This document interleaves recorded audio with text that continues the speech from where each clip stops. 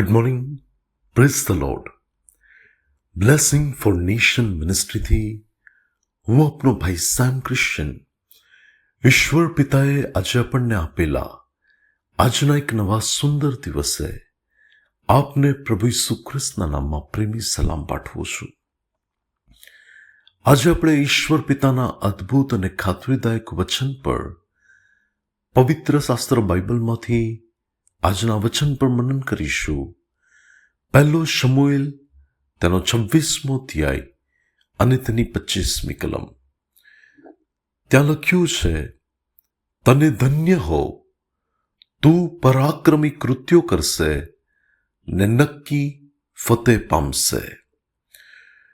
વાલાઓ, આજના દિવસે આ જે વચન છે એ આપના માટે તો છે, પરંતુ મારા માટે પણ છે. કારણ કે આજના આ એક વિશેષ દિવસે કે જ્યારે મારો જન્મદિવસ છે, ત્યારે પ્રભુએ પોતે આ વચન દ્વારા મારી સાથે વ્યવહાર કર્યો કે જ્યાં મારું નામ સેમ્યુઅલ છે, તો પ્રભુએ એ જ પુસ્તકમાંથી જે વચન આજે મને આપ્યું છે કે તું ધન્ય હો, તું પરાક્રમી કૃત્યો કરશે ને નક્કી ફતેહ પામશે. ત્યારે આ વચનને મેં મારા આ જન્મદિવસે આ વર્ષના અંદર મેં રિસીવ કર્યું કે પ્રભુ ખચિત જે વચન મારા પર પ્રગટ થયું છે એ મારા જીવનમાં સાર્થક થશે.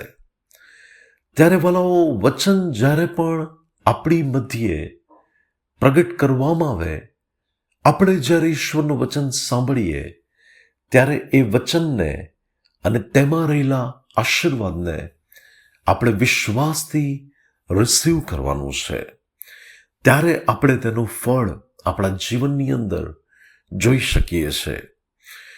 આજના વચનની અંદર જો તમે જુઓ તો શાઉલ દાઉદને આ વચન કહે છે કે જ્યાં દાઉદ એક એવો વ્યક્તિ કે જે ઘેટા બકરા ચરાવનાર માણસ કે જેને પ્રભુ અભિષેક કરે છે, એક સાધારણ પંક્તિમાંથી એને પ્રભુ ઉઠાવીને આગળ જતા પરમેશ્વર રાજા બનાવે છે. પરંતુ રાજા બનવાની એ સફરમાં તેણે પોતાના જીવનમાં દુઃખમાંથી પસાર થવું પડે છે, કષ્ટમાંથી પસાર થવું પડે છે, પરીક્ષણોમાંથી પસાર થવું પડે છે.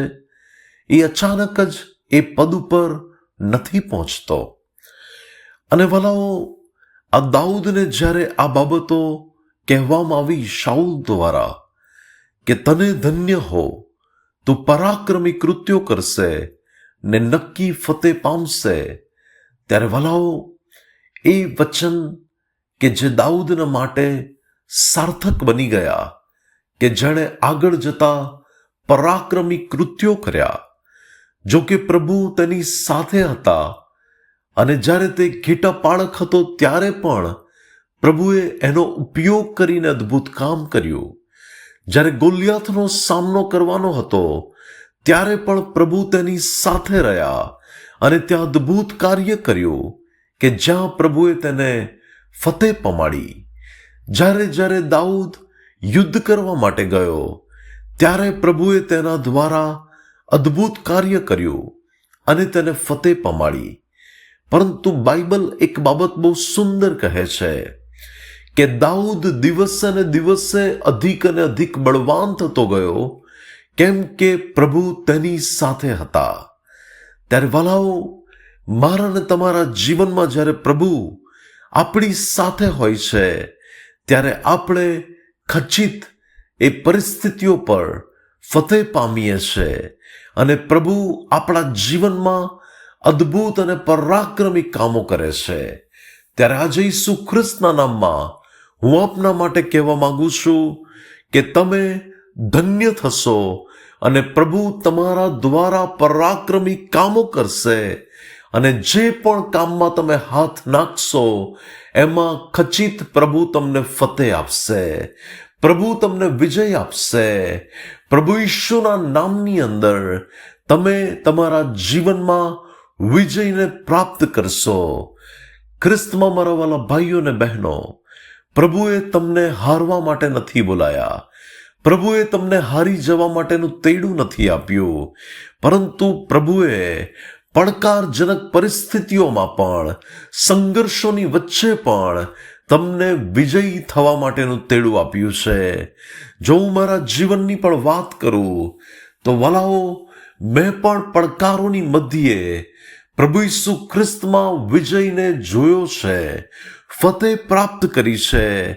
પ્રભુએ સામાન્ય સ્તરમાંથી ઉઠાવીને, સાધારણ પંક્તિમાંથી ઉઠાવીને પ્રભુ ઊંચાઈઓ પર લઈ ગયા છે.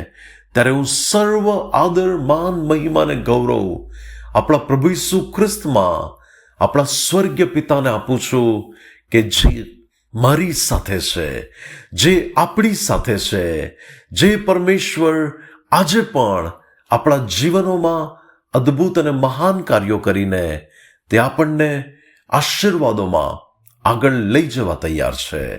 પ્રભુ આજના વચનથી આપણને આશીર્વાદિત કરે. આવો આપણે પ્રાર્થના કરીએ. સ્વર્ગીય પ્રેમી પિતા પરમેશ્વર, તમે આપેલા આજના સુંદર દિવસને માટે તમારો આભાર. પિતા પરમેશ્વર, મારી પ્રાર્થના છે કે પ્રભુ તારા લોકો ખચિત પ્રભુ એમના જીવનમાં પરાક્રમી કામોને જુએ અને તેમાં તેઓ ફતેહ પામે. પ્રભુ, તેઓ દિવસે ને દિવસે અધિક ને અધિક બળવાન થાય એવી કૃપા થવા દો. પ્રભુ ઈસુના નામે માંગીએ છે. આમીન. May God bless you. Have a blessed day. શાલોમ.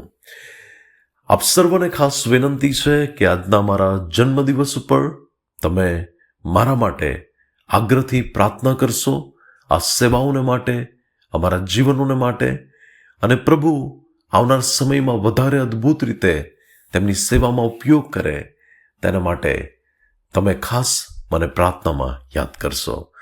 Thank you તમારી પ્રાર્થનાઓ, શુભકામનાઓ અને ત્યાર સુધી તમારા સહયોગને માટે. પ્રભુ આપ સર્વને આશીષ આપે. Thank you so much. Praise the lord. શાલોમ.